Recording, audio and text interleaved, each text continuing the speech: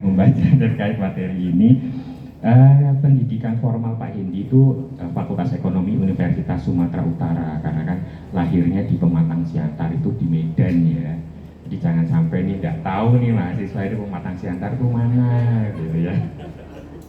Kemudian Pak Hendi ini melanjutkan studi magister akuntansi di Universitas Syah Kuala Aceh, dan magisternya ada dua.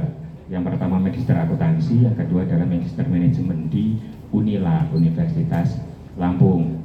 Kemudian Pak Hendi juga mengisi nih pelatihan-pelatihan terkait dengan analisis teknikal saham. Ada pernah di India, Singapura, dan Jepang. Jadi memang luar biasa sekali profil narasumber kita pada pagi hari ini. Selanjutnya Pak Hendi juga berpengalaman mengajar nih sebagai dosen di Universitas Rambi Mekah, Banda Aceh, kemudian dosen PPAK dan pasca sarjana di Universitas Syah Kuala. Jadi posisi saat ini Pak Hendi itu sebagai Kepala Kantor Bursa Efek Indonesia Perwakilan Daerah Lampung. Tidak berlama-lama lagi, saya berikan kesempatan kepada Pak Hendi Prayogi untuk memaparkan materi terkait dengan strategi cerdas investasi era milenial ya. Jadi silakan, saya persilakan kepada Pak Hendi Prayogi untuk memberikan penjelasan terkait dengan materi pada pagi hari ini.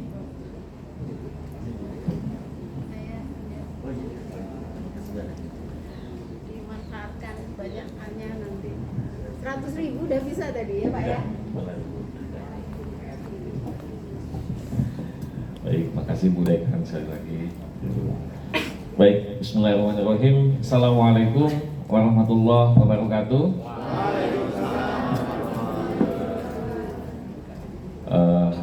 Bismillahirrahmanirrahim.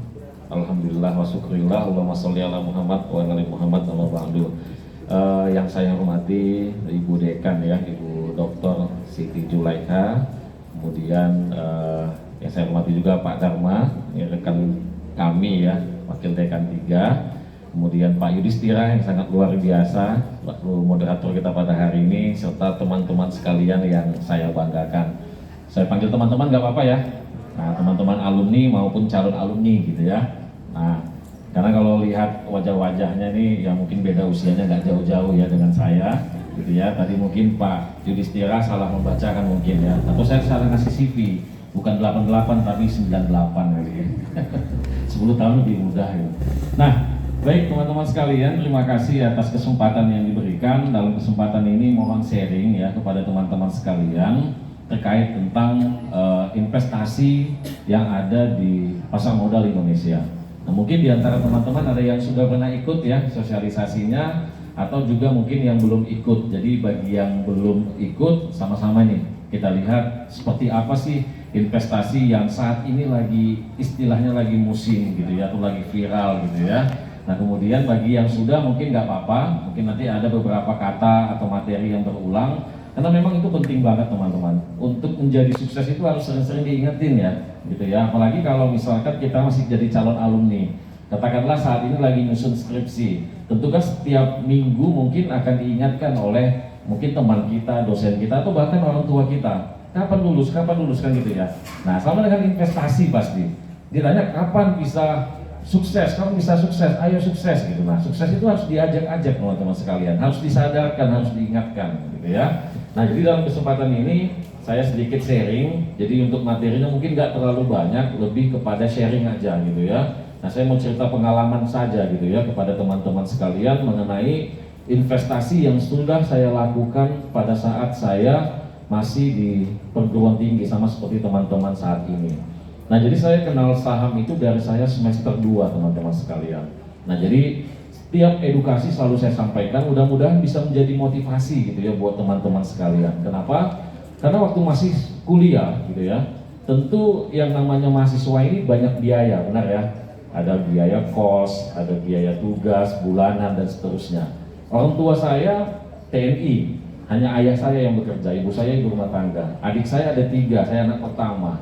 Tentu pada saat saya ingin kuliah, ya orang tua pasti akan mendukung, sama seperti orang tua kita semua. Namun pada saat menjalankan perkuliahan itu, nah ada keinginan saya nih, bagaimana supaya saya itu bisa mendapatkan pendapatan.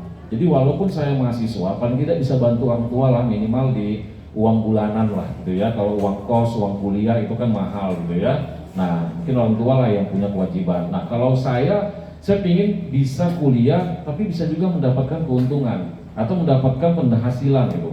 Paling tidak untuk biaya bulanan saya. Nah, di situ saya lakukan segala hal teman-teman sekalian. Nah, yang namanya mahasiswa itu kan banyak peluang ya sebenarnya. Kalau di Medan, di USU saat itu selalu saya sampaikan bahwa di sebelah kampus kami itu ada perumahan elit gitu ya. Itu selalu ibu-ibu itu cari mahasiswa-mahasiswa yang bisa memberikan les privat gitu kepada anaknya yang masih SD gitu ya. Jadi anak kelas 2, kelas 3 kan lumayan bagi mahasiswa ya, gajinya lumayan. Kemudian setiap hari saya ikut jadi salah satu guru private di sana. Jadi mereka kumpulan ada beberapa ibu-ibu gitu ya. Jadi satu mahasiswa diambil satu untuk anaknya, satu mahasiswa untuk anaknya dan seterusnya.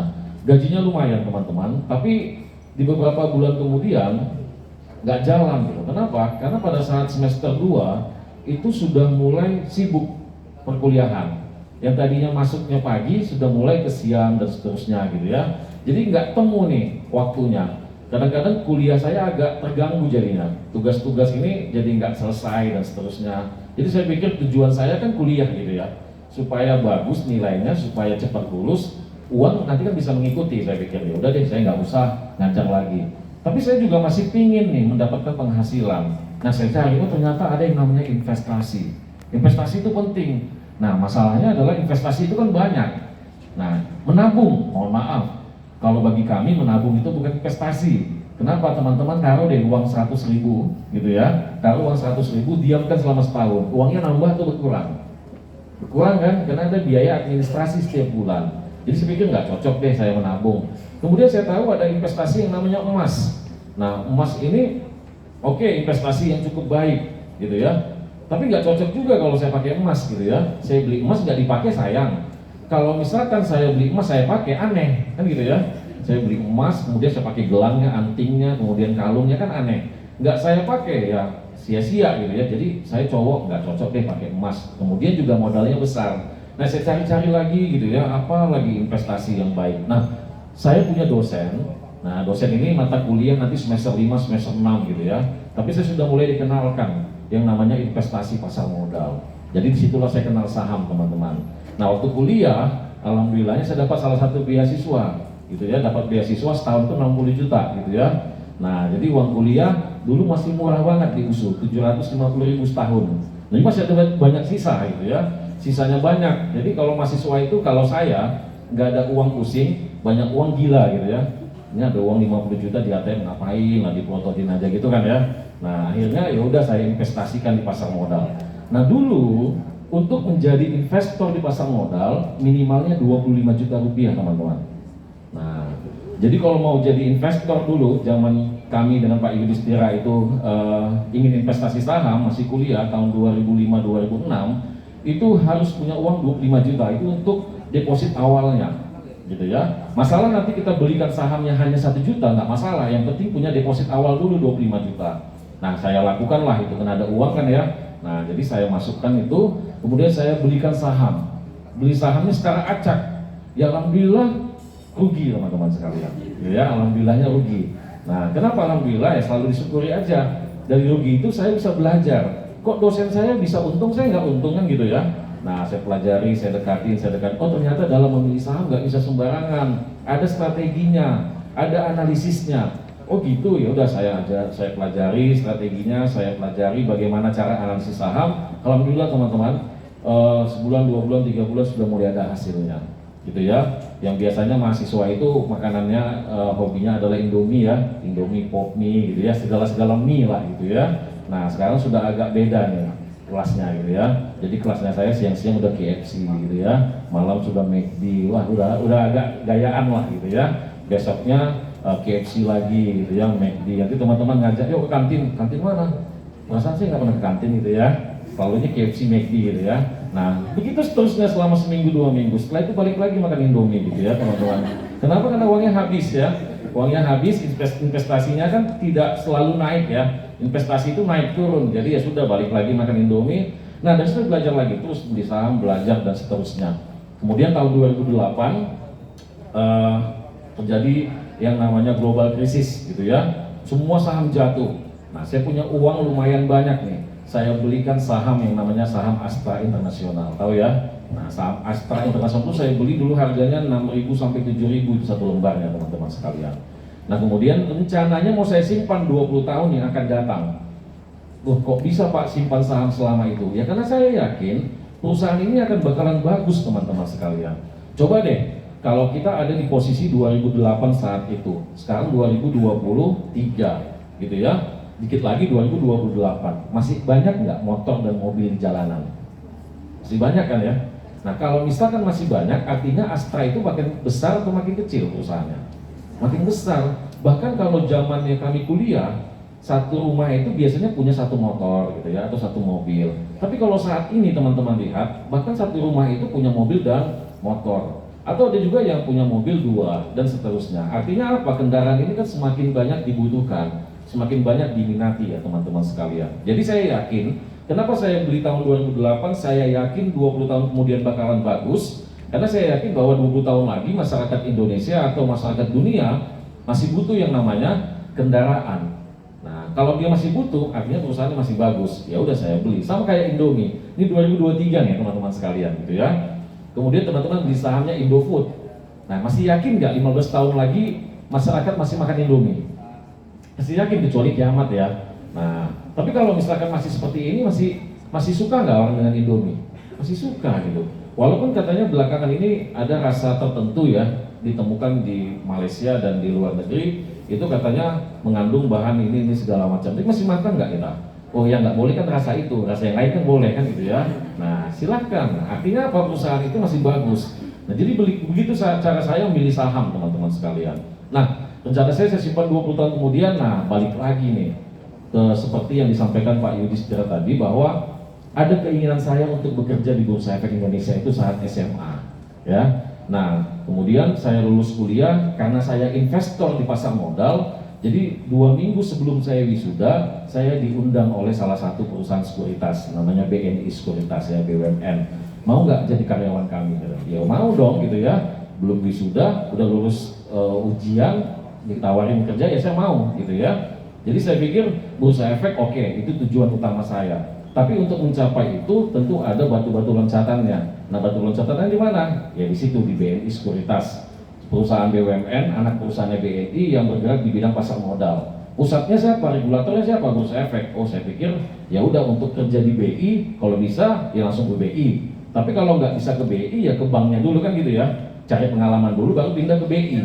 Jadi kalau saya cari pengalaman dulu di perusahaan sekuritas, ya udah saya ambil. Walaupun gajinya mungkin tidak terlalu besar, nggak apa-apa. Bagi saya pengalaman adalah hal yang sangat berharga ya. Nah dari situ saya bisa bekerja di Bursa Efek Indonesia. Tepatnya 2011 teman-teman, saya tes di Bursa Efek dan ada tes terakhir ya. Jadi setelah wawancara, kemudian psikotes, bahasa Inggris dan segala macam, gitu ya. Ada tes terakhir, itu namanya tes kode etik. Saya juga baru tahu ada di Bursa Efek. Jadi tes kode etik adalah tes di mana calon karyawan itu dites apakah punya saham atau tidak. Nah tadi saya bilang saya punya saham nggak? Punya kan ya, saya punya banyak saham Astra Internasional. Ketahuan di situ nama saya ada. Nah syukurnya saya dikasih waktu seminggu untuk menjual saham itu atau tidak diterima di Bursa Efek. Nah karena saya ingin kerja di Bursa Efek tadi, jadi saya jual saham saya. Jadi niat saya nyimpan saham itu 20 tahun yang akan datang, tapi ternyata tidak bertahan selama itu, hanya 3 tahun aja teman-teman sekalian. 2011 saya jual, terpaksa saya jual karena saya ingin kerja di Bursa Efek. Nah setelah saya jual, nah harganya luar biasa. Kebetulan harga 2011 itu harganya sekitar Rp50.000 gitu ya. Jadi saya beli ya lumayan lah 7 kali lipat gitu ya hasilnya. Nah apakah karena saya jual itu karena naik harganya? Tidak. Karena apa? Karena memang terpaksa saya jual. Setelah saya jual ya udah, saya bisa bekerja di Bursa Efek Indonesia sampai saat ini. Nah pertanyaannya adalah apakah saat ini saya punya saham? Tidak, dan tidak boleh gitu ya. Kalau misalkan ketahuan saya punya saham, kita akan dipecat, kena kode etik gitu ya.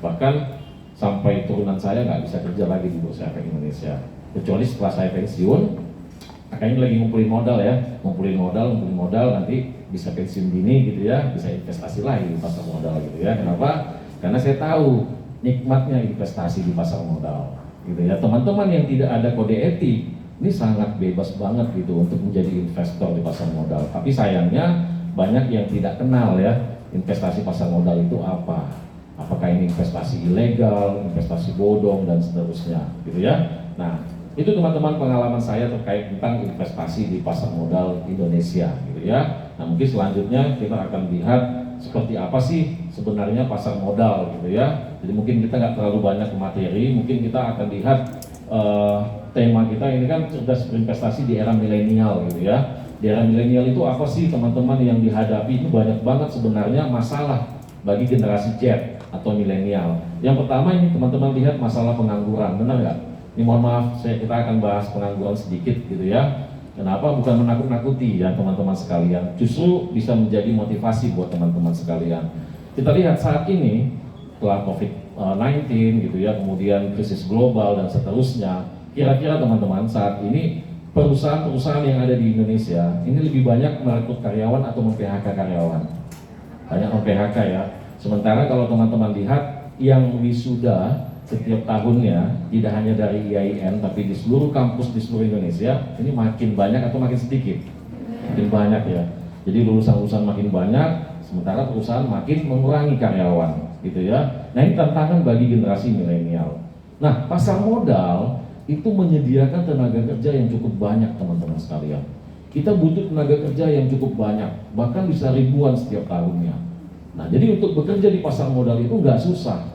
Harus punya sertifikasi, namanya sertifikat WPPE. Jadi kalau teman-teman nanti punya WPPE, itu bisa langsung kerja di pasar modal. Jadi nggak peduli, mohon maaf ya, IP-nya 4 gitu ya, atau 3,9. Itu kalau 3,2 punya WPPE, dia bisa langsung kerja di pasar modal, kerja di perusahaan sekuritas. Nah, di Lampung kita butuh beberapa karyawan yang memiliki WPPE. Teman-teman saya di daerah lain juga butuh. Jadi banyak banget yang butuh. Tapi syaratnya harus punya sertifikat WPPE ini. Nah, syaratnya gimana? Ya harus ujian. Nah, ujian kalau teman-teman lulus sudah dapat SK dari OJK. Kenapa? Karena OJK kan lembaga tertinggi ya di industri jasa keuangan. Kalau sudah dapat SK, itu teman-teman bisa bekerja di perusahaan sekuritas bahkan tanpa tes, teman-teman sekalian. Karena sulitnya mendapatkan sertifikat WPPE itu, gitu ya. Jadi kalau udah dapat, udah nggak perlu lagi bingung masalah pengangguran, bisa kerja di pasar modal.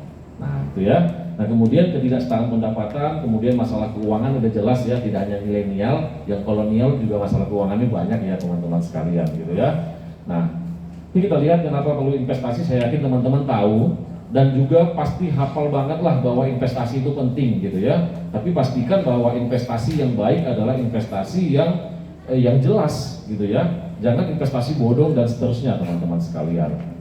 Nah mungkin kita langsung masuk aja ke pasar modal gitu ya. Apa sih sebenarnya pasar modal? Jadi simpelnya gini teman-teman. Pasar modal itu adalah tempat gitu ya, bertemunya dua pihak. Pihak yang butuh modal dengan pihak yang mau memberikan modal. Nah kalau misalkan bicara sederhananya lagi, pasar modal itu adalah tempat di mana kita bisa memiliki perusahaan. Udah selesai gitu ya. Nah kita bisa memiliki perusahaan. Kalau saat ini kita bisa juga bikin punya perusahaan. Contohnya kalau saya ingin punya usaha, saya bikin warung pecel lele misalkan di dekat IAIN Metro, bisa nggak? Bisa kan? Tapi butuh modal nggak? Butuh karyawan nggak? Gitu ya? Butuh keuntungan nggak? Kalau misalkan saya nggak untung ya bagaimana gaji karyawan dan seterusnya. Nah di sini di pasar modal kita diberikan kebebasan untuk memiliki perusahaan-perusahaan yang ada di Indonesia, dan perusahaannya kadang-kadang sudah besar. Kita tahu Indofood, Unilever ya, Bank BRI. Siapa sih nggak pingin punya perusahaan sebesar itu? Nah caranya gimana? Ya berinvestasi di pasar modal teman-teman sekalian. Kita bisa miliki semua perusahaan-perusahaan itu kalau kita bisa berinvestasi di pasar modal, gitu ya. Nah apa buktinya kalau misalkan saya bisa memiliki perusahaan? Buktinya ini saham. Ini salah satu produk pasar modal. Jadi saham adalah tanda bukti kepemilikan teman-teman. Nah jadi perusahaan-perusahaan itu kan butuh modal ya. Butuh modal itu biasanya pinjam ke bank dan seterusnya. Tapi kalau misalkan perusahaan itu tidak mau pinjam ke bank, mungkin ada bunganya dan seterusnya. Perusahaan itu bisa masuk ke pasar modal. dia bisa dapat modal secara cuma-cuma dari mana? Dari masyarakat, gitu ya. Konsekuensinya ada apa? Dia harus membagikan kepemilikannya kepada orang lain, gitu. Jadi makanya kita bisa menjadi pemilik perusahaan ini ya. Dengan bagaimana? Dengan cara membeli saham, teman-teman sekalian. Jadi saham itu adalah tanda bukti kepemilikan. Nah, di bawah disebutkan bahwa siapapun yang beli saham, dia adalah pemilik perusahaan. Pak, perusahaan mana aja yang bisa kita beli di pasar modal? Perusahaan yang ada TBK di belakangnya. Pernah lihat ya? Nah, BRI TBK, BNI TBK, Bank Lampung belum TBK ya. Jadi kalau belum TBK nggak bisa kita beli sahamnya di pasar modal. Pokoknya semua perusahaan yang ada TBK-nya itu bisa kita beli, teman-teman sekalian. Nah, misalkan nih, saya punya saham Telkom, gitu ya. Saya jalan-jalan sama teman saya ke Bandar Lampung lewat kantor Telkom. Saya bilang ke teman saya, itu Telkom itu milik saya loh, gitu. Boleh nggak? Boleh. Kenapa? Karena kita punya sahamnya. Tentu teman kita nanya, buktinya apa kamu memiliki perusahaan itu? Ini buktinya saham, kan gitu ya. Kan nggak mungkin kita bilang, saya baru beli iPhone terbaru loh, buktinya mana? Ya ada lah pokoknya gitu kan, nggak percaya ya mereka ya. Tapi kalau saham itu, yang punya Telkom itu tahu siapa? Ya pemerintah lah, ya aku salah satunya gitu. Buktinya apa? Ini saham, gitu ya. Nah makanya waktu saya masih kuliah dulu, saham itu kan bisa dicetak ya, bisa dicetak, bisa di print. Jadi di kos saya itu ada banyak, dinding itu ada banyak saham-saham. Saya punya Unilever, saya punya BRI, jadi sengaja saya undang teman-teman saya ke kos gitu ya. Ini apa yang? Ini perusahaan saya gitu. Ah masa iya sih? Ya kamu tahu Unilever? Tahu dong, sabun gitu ya, sabun, Superpel dan seterusnya. Itu aku yang punya gitu. Ah masa ya? Ini buktinya gitu ya. Nah lewat lagi, oh ada Telkom. Kamu pakai apa? Telkomsel. Nah itu perusahaan aku gitu ya. Nah masa ya? Ini buktinya kan gitu ya. Nah kemudian apa lagi? Kamu suka makan Indomie? Suka. Aku pemilik perusahaannya. Ah masa iya? Iya. Jelas kan? Ada buktinya. Makanya sering saya pampang itu di kosan gitu ya. Pemilik perusahaan ini, perusahaan ini gitu ya. Nah, jadi itu salah satu bukti bahwa kita adalah pemilik perusahaan, teman-teman. Jadi walaupun saya masih kuliah, saya sudah punya 4 perusahaan kan gitu ya. Jadi kalau ditanya dosen kan, nanti kalau mau lulus gimana? Mau kerja di mana? Masih bingung saya Bu, gitu ya. Kenapa? Karena saya mau 4 perusahaan saya dulu gitu ya. Nah, perusahaannya apa aja? Ini Bu, gitu ya, Telkom, Unilever, Indofood, Astra Internasional. Kan keren ya teman-teman sekalian. Nah, kalau ditanya banyak nggak sahamnya? Nah, pertanyaannya itu yang coba saya hindari gitu ya. Sama seperti pertanyaan-pertanyaan kapan menikah gitu ya. Nah, itu kan hal yang kalau bisa langsung cepat-cepat pergi ya teman-teman sekalian. Nah, jadi itu buktinya saham. Kalau kita punya saham, kita adalah pemilik perusahaan. Nah, ini ada 800 teman-teman. Teman-teman kalau lihat logo-logonya familiar nggak? Familiar ya, ada BCA dan seterusnya. Nah ini ilustrasi aja. Nah jadi kalau misalkan teman-teman, oh agak ini ya, agak salah ini slide-nya. Tapi yang jelas teman-teman sekalian ada 800 perusahaan nih. Jadi kalau kita senang dengan bank, semua bank sudah TBK. Kalau kita mau beli obat, ada di Kalbe Farma, Kimia Farma sudah TBK. Kita beli sabun, ada Unilever. Kita beli Indomie, ada Indofood. Kita beli Telkom, ada saham Telkom. Kita pakai Indosat, ada Indosat. Kita pakai apa lagi? Excel, kita juga ada perusahaan Excel dan seterusnya. Jadi ada 800 perusahaan yang sebenarnya teman-teman bisa miliki, gitu ya. Nah, teman-teman Akhwat nih yang pakai kosmetik gitu ya, nah itu juga ada perusahaannya kan, Mustika Ratu dan seterusnya. Itu semua perusahaannya sudah TBK teman-teman sekalian. Nah selanjutnya mungkin beberapa slide. Nah keuntungan saham, Pak, kalau saya beli saham untungnya apa sih gitu ya. Nah yang pertama adalah menjadi pemilik perusahaan, tadi udah jelas. Nah yang kedua namanya dividen. Dividen ini adalah keuntungan yang dibagikan kepada pemegang saham. Nah kalau misalkan saya bikin usaha sendiri, saya harus memikirkan bagaimana penjualannya, bagaimana promosinya, tentu banyak biaya di sana. Tapi kalau saya punya perusahaan yang sudah berdiri bagus gitu ya, seperti BRI, nggak perlu dipromosiin lagi gitu ya, masyarakat desa aja udah kenal itu namanya Bank BRI gitu ya. Nah kita nggak perlu lagi. Nah biasanya perusahaan-perusahaan yang dikenal itu keuntungannya tinggi gitu ya. Nah bahkan Bank BRI labanya tahun 2022 itu adalah laba tertingginya sepanjang masa teman-teman sekalian gitu ya. Bahkan penyumbang dividen terbesar di Indonesia itu Bank BRI kepada pemerintah. Nah dividen ini apa? Laba yang dibagikan perusahaan kepada semua pemegang saham. Jadi kita beli sahamnya, nggak perlu kerja di perusahaan itu, tidak perlu menjualkan produknya, hanya beli sahamnya. Nanti Di awal tahun, kalau perusahaannya mendapatkan untung, maka keuntungannya akan dibagikan kepada semua pemegang saham. Saya mahasiswa IAIN Metro, gitu ya, tinggalnya cukup jauh dari Jakarta. Saya adalah pemilik saham bank BSI, misalnya kita bicara syariah, BSI. Nanti awal tahun, kalau bank BSI membagikan keuntungan, masuk nggak uang yang ke rekening saya? Masuk. Tanpa kita kerja di BSI, tanpa kita jual produknya, kita beli sahamnya aja, nanti tiap tahun tunggu aja uang masuk ke rekening kita, teman-teman sekalian, dalam bentuk dividen. Nah itu ya, jadi kalau bahasanya ini adalah kalau investor bilang tidur aja dapat uang. Nah gitulah istilahnya teman-teman sekalian. Kalau bahasa ekonominya mungkin passive income gitu ya. Kita beli sahamnya ya udah biarin aja. Nanti kalau dia bagi keuntungan, kita akan dapat keuntungannya. Nah selanjutnya ada capital gain. Nah, capital gain ini adalah selisih nilai jual dan nilai beli. Jadi kalau mau beli saham itu ada dua, ada jangka panjang, ada jangka pendek. Kalau Pak saya mau beli saham, mau saya simpan setahun, 2 tahun, 5 tahun, 10 tahun, bisa nggak? Bisa. Nggak ada biaya bulanan, tidak ada biaya simpan teman-teman sekalian. Tapi Pak saya mau beli saham ini untuk uang jajan aja Pak. Hari ini saya beli, kalau hari ini naik mau saya jual, bisa nggak? Bisa. Karena jual beli saham itu udah pakai handphone, pakai aplikasi kayak kita belanja Tokopedia, Shopee dan seterusnya, gitu ya. Harga saham itu akan berubah setiap waktu dari jam 9 pagi sampai jam 4 sore. Misalkan jam 10 pagi saya beli saham Telkom harganya 1.000, gitu ya. 2 jam kemudian naik menjadi 1.100, saya jual, saya untung nggak? Untung. Berapa untungnya? 100 rupiah per lembar. Kalau teman-teman beli 1.000 lembar, berarti untungnya berapa? 100.000, gitu ya. Nah, seperti itu namanya capital gain. Saya nggak mau capital gain Pak, saya mau beli saham, saya simpan aja 20 tahun untuk anak cucu saya, boleh silahkan. Karena saham bisa diwariskan teman-teman sekalian, gitu ya. Nah kemudian ada resiko. Nah ini penting teman-teman, bahwa tidak ada investasi yang tidak punya resiko. Hati-hati ya. Apalagi saat ini di Lampung banyak investasi bodong, gitu ya, yang mengatakan tidak ada resiko. Nah resiko saham itu banyak. Kita bahas aja mungkin 2. Yang pertama, tidak dapat dividen. Kenapa perusahaan itu tidak membagikan dividen? Pak saya beli saham, kok saya nggak dapat dividen ya? Teman saya dapat dividen. Pertanyaan pertama, sahamnya sama nggak? Pasti beda, gitu ya. Nah kenapa dia bagi dividen, saham saya nggak bagi dividen? Kenapa? Karena perusahaannya apa? Perusahaannya nggak ada laba, benar. Karena syarat dividen tadi adalah laba kan? Kan tidak semua perusahaan itu laba. Jadi kalau kita beli perusahaan yang selalu rugi, ya kita nggak dapat dividen, gitu ya. Maka pintar-pintarlah memilih saham, gitu ya. Nah selanjutnya ada namanya capital loss. Nah ini kebalikannya. Saya beli saham Unilever, misalkan hari ini harganya 1.000. Minggu depan saya lihat saham saya turun jadi 800. Saya rugi nggak? Enggak. Kenapa? Karena belum saya jual. Nah jadi saham tidak akan rugi kalau tidak kita jual, teman.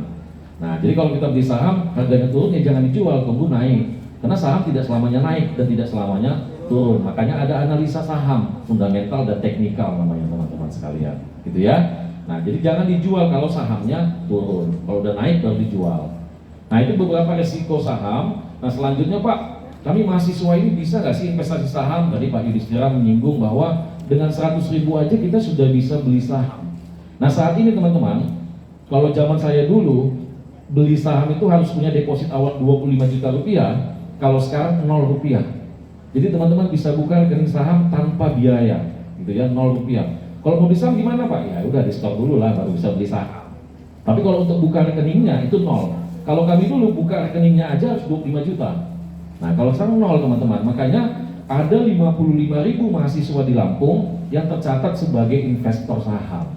Nah kalau zaman saya dulu mungkin bisa dihitung jari mahasiswa yang investasi saham, gitu ya. Karena mungkin satu nggak tahu, yang kedua mahal. Kalau sekarang sudah ada 55.000 mahasiswa teman-teman yang berinvestasi di pasar modal, dan itu di Lampung. Bahkan sebagiannya ada di IAIN Metro, ya. Mungkin ada alumninya dan seterusnya. Karena kami edukasi ini ke IAIN Metro kalau nggak salah sudah tahun 2015. Masih ada yang angkatan 2015? Nggak ada kan, jadi alumni kan?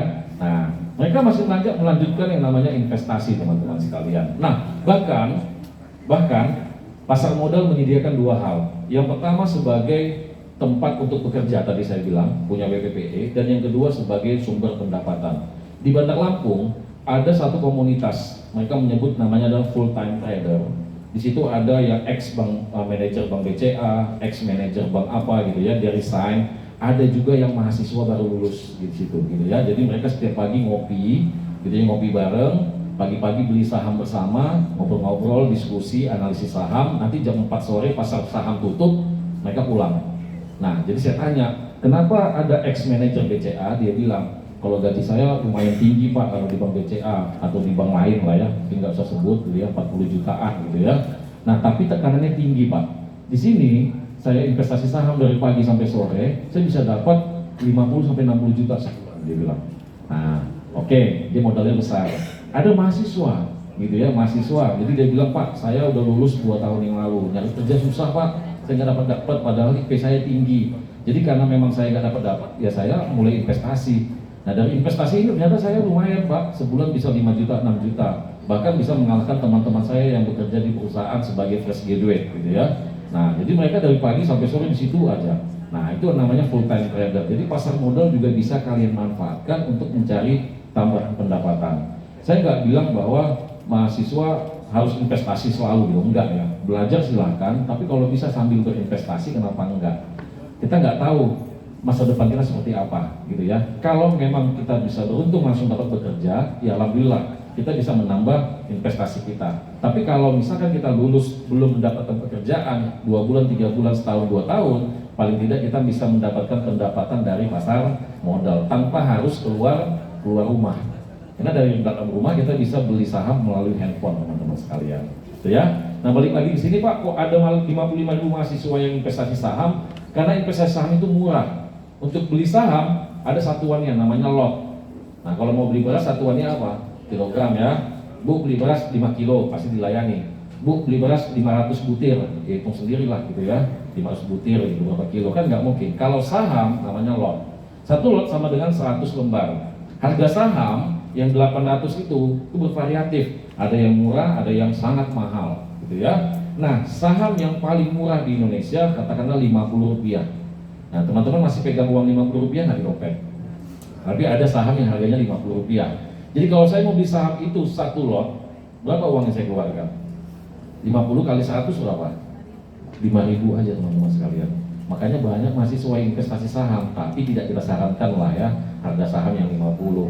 Contohnya ini deh, kosmetik deh, gitu ya. Kosmetik kan dipakai oleh wanita, baik dari perkuliahan sampai ke atas, gitu ya, sampai usia lanjut dan seterusnya. Kosmetik ada namanya Mustika Ratu, ada Marta Tilaar, Martina Berto. Tahu nggak harga sahamnya berapa? Harga sahamnya cuma Rp200 teman-teman sekalian. Nah, kalau saya mau beli saham itu satu lot, berapa uang yang saya keluarkan? 200 kali 100 berapa? 20.000. Lebih mahal kosmetiknya atau perusahaannya? Kosmetiknya ya. Kalau beli kosmetik sebulan mungkin bisa 50.000. Nah, teman-teman beli kosmetik, katakanlah setiap hari beli kosmetik, dikasih dividen nggak? Enggak kan? Tapi kalau teman-teman beli sahamnya, teman-teman dapat dividen dan juga beli produknya. Nah, jadi beli kosmetik keluar uang, tapi nanti awal tahun dapat uang kalau perusahaannya membagikan dividen, gitu ya. Nah, jadi harus kita ubah teman-teman, bagaimana mindset kita bahwa investasi itu penting, dan investasi yang cocok untuk mahasiswa adalah investasi yang modalnya kecil kan ya, modalnya menengah ke bawah. Nah, pasar modal atau saham itu salah satu investasi yang cocok untuk mahasiswa, gitu ya. Mungkin kalau emas dan seterusnya butuh modal yang sangat besar ya teman-teman sekalian. Nah, ini pasar modal sudah ada yang syariah, gitu ya. Jadi tahun 2012 kami sudah ada mendapatkan fatwa DSN MUI nomor 80 yang menyatakan pasar modal sudah sesuai syariah. Jadi kalau nanti teman-teman mau punya saham, datang ke yang namanya perusahaan sekuritas, gitu ya. Nanti ditanya mau akun yang reguler atau yang syariah. Nah, teman-teman pilih misalkan yang syariah. Apa bedanya Pak yang reguler dengan syariah? Bedanya hanya saham yang bisa dibeli aja. Kenapa? Karena kalau kita memilih akun syariah, tidak semua saham bisa kita beli. Karena tidak semua saham memenuhi prinsip syariah. Jadi dari 866 saham tadi, hanya 500 saham yang bisa kita beli di akun syariah. Nah, ini syaratnya ya teman-teman, gak usah kita jelaskan, tapi yang pertama tidak melakukan kegiatan usaha yang dilarang secara syariat Islam. Jadi contohnya bank konvensional, saham rokok, saham minuman keras itu nggak akan bisa masuk syariah. Ya, nggak akan mungkin ya nggak bisa masuk syariah. Tapi kalau Telkom, Unilever, Indosat yang produknya halal itu sudah pasti masuk syariah belum? Belum. Kenapa? Karena walaupun produknya halal masih ada syarat lagi yang kedua dan yang ketiga. Hutangnya nggak boleh di atas 45%. Jadi walaupun produknya halal tapi hutang perusahaannya di atas 45%, dia nggak boleh masuk syariah, teman-teman sekalian, gitu ya. Jadi ketat banget DSN MUI. Nah, jadi dari 3 itu dapatlah 500 saham yang memenuhi prinsip syariah. Tapi perlu diingat bahwa 500 saham yang sesuai prinsip syariah ini itu akan dievaluasi setiap 6 bulan sekali. Kenapa? Karena yang namanya hutang, aset dan seterusnya itu kan fleksibel ya. Bisa aja saat ini dia nggak punya hutang, nanti mungkin 6 bulan kemudian hutangnya bisa lebih banyak, gitu ya, dan seterusnya. Nah, investasi nggak ada yang instan, teman-teman sekalian. Nah, ini contoh-contoh aja, gitu ya. Ini contoh cerita investor yang kami jadikan sebagai materi, gitu ya. Jadi tahun 93 dia beli saham Astra. Kalau saya tadi beli tahun 2007-2008, dia beli tahun 93, harganya masih 16.000. Jadi dengan uang 8 juta, dia punya uang punya saham 500 lembar. Gitu ya. Padahal 8 juta itu setara dengan motor Tiger tahun 93. Dia nggak mau beli motor Tiger, dia belikan saham. Nah, kita lihat 29 tahun kemudian. Nah, investasi itu nggak ada yang instan, gitu ya. 29 tahun uangnya 8 juta menjadi 392 juta ya, teman-teman sekalian. Nah, kemudian ini saham Bank BCA. Siapa nggak kenal Bank BCA ya? Tapi nggak syariah, gitu ya. Nah, dia tahun 2000 harga sahamnya 1.400. 2022 harga sahamnya sudah 8.000, naik 7 kali lipat, teman-teman sekalian. Tapi butuh waktu 22 tahun, gitu ya. Nah, jadi nggak ada istilahnya cepat kaya gitu ya di pasar modal, di saham tuh ada, tapi jangan jadikan itu sebagai tujuan utama, teman-teman sekalian, gitu ya. Nah, yang terakhir ini adalah salah satu lembaga yang menjamin dana teman-teman sekalian di pasar modal. Jadi kalau di pasar uang atau di bank itu ada namanya LPS, gitu ya. Kalau di pasar modal namanya